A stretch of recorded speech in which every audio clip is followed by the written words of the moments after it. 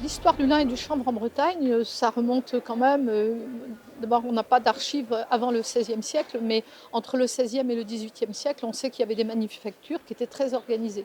Il faut différencier, l'histoire du lin dans le quotidien, puisqu'on avait besoin, avant l'arrivée du coton, on avait forcément besoin du lin et du chanvre dans le quotidien. Le lin pour faire le linge de maison, les chemises les plus fines, le chanvre pour faire des vêtements de travail, des cornes, des sacs, voilà, des toiles d'emballage. L'extraction des fibres, en fait, puisque c'est de ça qu'il s'agit, on a une tige et il faut arriver à extraire les fibres de cette tige, puisque la tige est constituée d'un creux au milieu, de bois, et les fibres sont réparties autour, le tout étant lié par une substance, la pectine, qui est soluble dans l'eau. On trouve donc une spécificité dans le Trégor, ce sont les routoirs pour la première opération qui est le rouissage du lin. Et dans le Nord Finistère, on a trouvé des candis. Il s'agit donc de mettre les tiges de lin à tremper dans l'eau. Le rouissage en eau courante a été vite abandonné parce que très polluant. Aujourd'hui, il se fait encore sur le pré en Normandie, puisque c'est la Normandie qui fait du lin textile aujourd'hui. Ensuite, donc, le lin est mis à sécher. Et à ce moment-là, on va le tailler. Le taillage comporte plusieurs étapes. Il s'agit de casser le bois qui se trouve au milieu en petits morceaux et ce bois est récupéré pour faire aujourd'hui du paillage.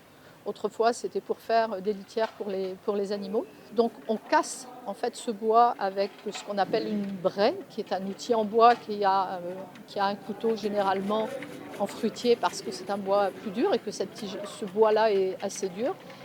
Et ensuite, on va passer, il en reste, donc sur la paisselle pour finir d'enlever les morceaux de bois. Ensuite, donc, on va peigner et on va, là aussi, continuer à enlever le reste du bois, mais enlever aussi les fibres les plus courtes, puisque pour filer un textile de qualité, il nous faut des fibres très longues. C'est pour ça que le lin, à l'origine, est arraché pour récupérer les fibres les plus longues. Donc, on le peigne, on a la filasse. Les fibres courtes, ça s'appelle l'étoupe. Tout le monde connaît l'étoupe, ça sert au calfatage des bateaux, ça sert à faire les joints de robinetterie. Et ensuite, on va donner cette filasse à la fileuse qui va la filer. Dans le secteur de Landerneau, on a surtout trouvé du filage au rouet, puisque dans toutes les maisons, au 18e, on trouve un rouet. Et le lin est mis en écheveau. Et la spécificité du Léon, c'est bien que c'est à ce moment-là qu'on va blanchir.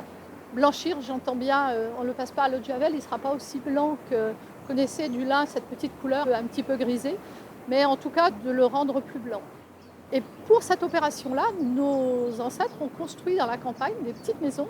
On peut les appeler des maisons buandières, mais qu'ils appelaient aussi candis, dans lesquelles on a une cheminée, un bassin en eau courante et une cuve qui peut être en granit ou en bois. Et ce sont des cuves circulaires qui sont de très grande dimension, qui font entre 1,30 m à 1,50 m de diamètre, 1,60 m de haut, dans lesquelles on trempait le fil, les écheveaux de fil, avec des poches de cendre de hêtre.